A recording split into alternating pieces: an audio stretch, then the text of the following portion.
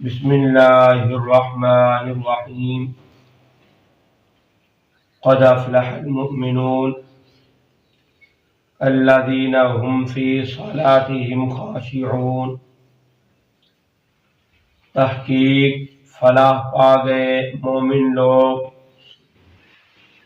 الذین وہ لوگ، ہم فی صلاتهم خاشعون جو اپنی نماز میں خشوع کرنے والے ہیں۔ جو لوگ ارکان نماز میں کوتاہی کرنے سے بچتے ہیں، وہ لوگ فلاح پا گئے، کامیاب ہو گئے۔ حضرت ابو ہریرہ رضی اللہ تعالی عنہ سے مروی ہے، آپ بیان فرماتے ہیں کہ ایک شخص مسجد میں داخل ہوا جب نبی صلی اللہ علیہ وسلم مسجد کے کونے کے اندر تشریف فرما تھے۔ اس شخص نے نماز ادا کی اور آپ کی خدمت میں حاضر ہوا اور اس نے سلام کہا۔ نبی صلی اللہ علیہ وسلم نے جواب دیا اور پھر کہا اس کو، ارجع فصلی فإنک لم تصلی، پس لوٹ جا، واپس چلا جا اور نماز ادا کر، تم نے نماز نہیں پڑھی، نماز ادا نہیں کی، دوبارہ جاؤ اور نماز کو ادا کرو۔ وہ واپس گیا اور جس طرح پہلے نماز پڑھی تھی اسی طرح پھر نماز کو ادا کیا، اور نماز پڑھنے کے بعد پھر نبی صلی اللہ علیہ وسلم کی خدمت میں حاضر ہوا۔ آپ صلی اللہ علیہ وسلم نے فرمایا، ارجع فصلی فإنک لم تصلی، پس تو لوٹ جا اور جا کر نماز کو ادا کر، تو نے نماز نہیں ادا کی۔ اس نے دوبارہ نماز اسی طرح پڑھی، 2 مرتبہ نماز پڑھنے کے بعد تیسری مرتبہ پھر نبی صلی اللہ علیہ وسلم کی خدمت میں حاضر ہوا۔ نبی صلی اللہ علیہ وسلم نے اس کے سلام کا جواب دیا اور پھر اس کو کہا کہ جا، لوٹ جا واپس اور نماز ادا کر، تو نے نماز نہیں پڑھی۔ اس نے تیسری مرتبہ نبی صلی اللہ علیہ وسلم کی خدمت میں حاضر ہو کے کہا، علمنی یا رسول اللہ صلی اللہ علیہ وسلم، اے اللہ کے محبوب پیغمبر مجھے سکھلائیے نماز میں کس طرح ادا کروں، کیا میری غلطی ہے، کوتاہی ہے نماز کے اندر جو میں نے کی ہے، مجھے نماز کو سکھلائیے، نماز ادا کیسے کرنی چاہیے۔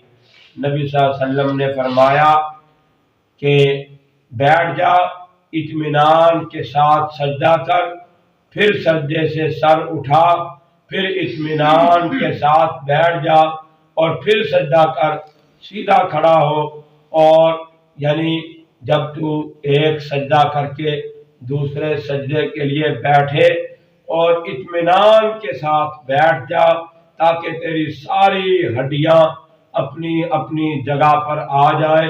یہ نہ ہو کہ ایک سجدہ کیا ہے دوبارہ اٹھتا پورا نہیں، صحیح طرح سے بیٹھا بھی نہیں اور دوبارہ پھر سجدے کے اندر چلا گیا ہے۔ اس طرح نماز کے اندر خلل پیدا ہوتا ہے، نماز قبول نہیں ہوتی۔ اس لیے اطمینان کے ساتھ نماز کو ادا کرنا چاہیے۔ نبی صلی اللہ علیہ وسلم نے فرمایا، منافق کی نماز یہ ہے کہ وہ بیٹھا رہتا ہے، جب سورج نکلنے لگتا ہے یا غروب کا وقت قریب آتا ہے اس وقت اٹھتا ہے اور اٹھ کر کے جلدی جلدی سے 2 ٹھونگے لگاتا ہے، کوے کی طرح جلدی نماز کو ادا کرتا ہے۔ اللہ رب العزت کو ایسی نماز کی ضرورت نہیں۔ اللہ رب العزت ایسی نماز پڑھنے والے انسان کو نماز کا چور کہتے ہیں کہ یہ انسان نماز کا چور ہے جو بہت جلدی نماز کو ادا کرتا ہے۔ جلدی ایک سجدہ کیا، پھر دوسرا سجدہ کیا، پھر کھڑا ہو گیا، جلدی جلدی نماز کو پڑھتا ہے۔ یہ ایسے انسان کو نبی صلی اللہ علیہ وسلم نے فرمایا وَكَيْفَ يَسْرِكُ مِنْ صَلَاتِهِ قَالَ لَا يُتِمُّ رُكُوعَهَا وَلَا سُجُودَهَا۔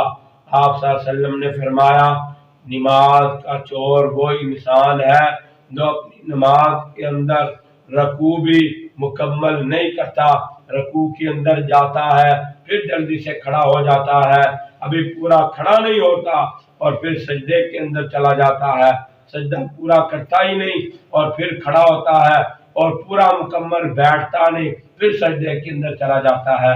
یہ انسان نماز کا چور انسان ہے۔ ایسی نماز کی اللہ رب العزت کو کوئی پرواہ نہیں، اللہ ایسی نماز قبول نہیں کرتے۔ اس انسان کی نماز کو قبول کرتے ہیں جو اطمینان کے ساتھ کھڑا ہوتا ہے رب العالمین کے سامنے۔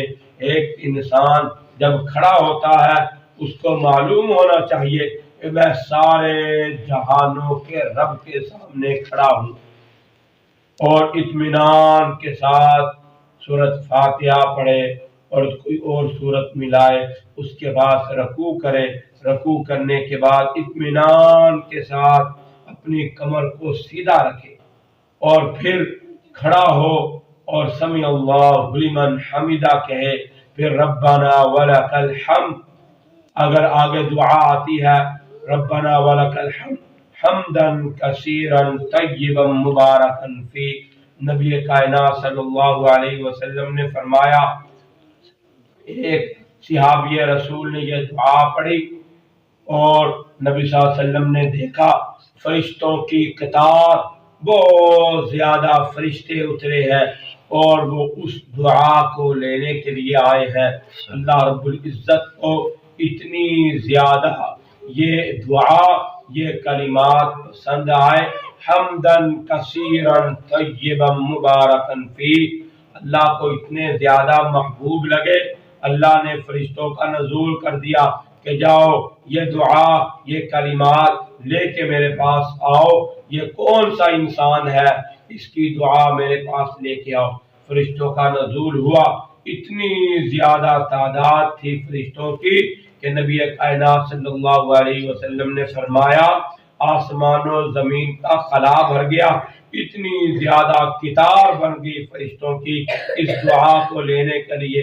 ہر ایک فرشتے کی خواہش اور کوشش تھی یہ کلمات سب سے پہلے میں رب العالمین کے پاس لے کے جاؤں گا۔ دوسرا فرشتہ کہتا ہے میں لے کے جاؤں گا، یعنی کہ اللہ کو اتنے زیادہ محبوب یہ کلمات لگے، اس لیے ہمیں بھی ان کلمات کو سیکھنا چاہیے۔ سمع اللہ لمن حمدہ، ربنا ولک الحمد، یا ربنا لک الحمد، اتنا تو سارے پڑھتے ہی ہیں، لیکن حمدن کثیرا طیبا مبارکا فی، یہ کلمات اللہ کو بہت زیادہ پسندیدہ کلمات ہیں، ان کو یاد کرنا چاہیے، ان کو اپنی نماز کا مشغول بنانا چاہیے، نمازوں کے اندر پڑھنا چاہیے، یہ اللہ کو بڑے محبوب کلمات ہیں۔ اللہ سے دعا ہے اللہ رب العزت ہمیں نماز کی چوری سے محفوظ فرمائے، اطمینان کے ساتھ رکوع و سجود کرنے کی اور اطمینان کے ساتھ نماز کو پڑھنے کی اللہ ہمیں توفیق عطا فرمائے، اور اللہ رب العزت ہماری نمازوں کو اپنی بارگاہ میں قبول فرمائے۔ وآخر دعوانا الحمدللہ رب العالمین۔ بسم اللہ الرحمن الرحیم، الحمدللہ رب العالمین والعاقبۃ للمتقین والصلاۃ والسلام علی سید الانبیاء والمرسلین۔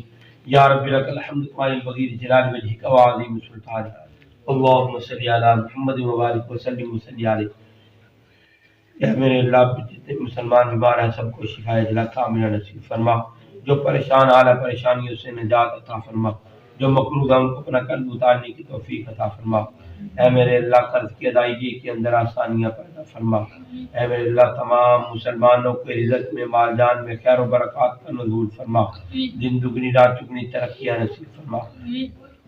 اے میرے اللہ جتنے بھی مسلمان بے روزگار ہیں ان کو روزگار عطا فرما، تمام نمازیوں کے رزق میں مال جان میں خیر و برکات کا نزول فرما، دن دگنی رات چگنی ترقیاں نصیب فرما۔